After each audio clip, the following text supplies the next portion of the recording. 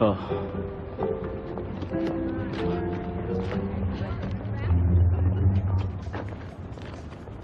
Oh God.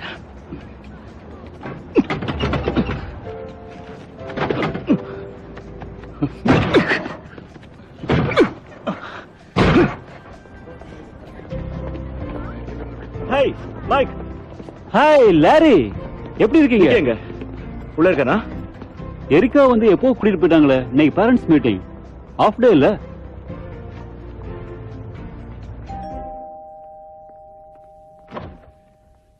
Hey.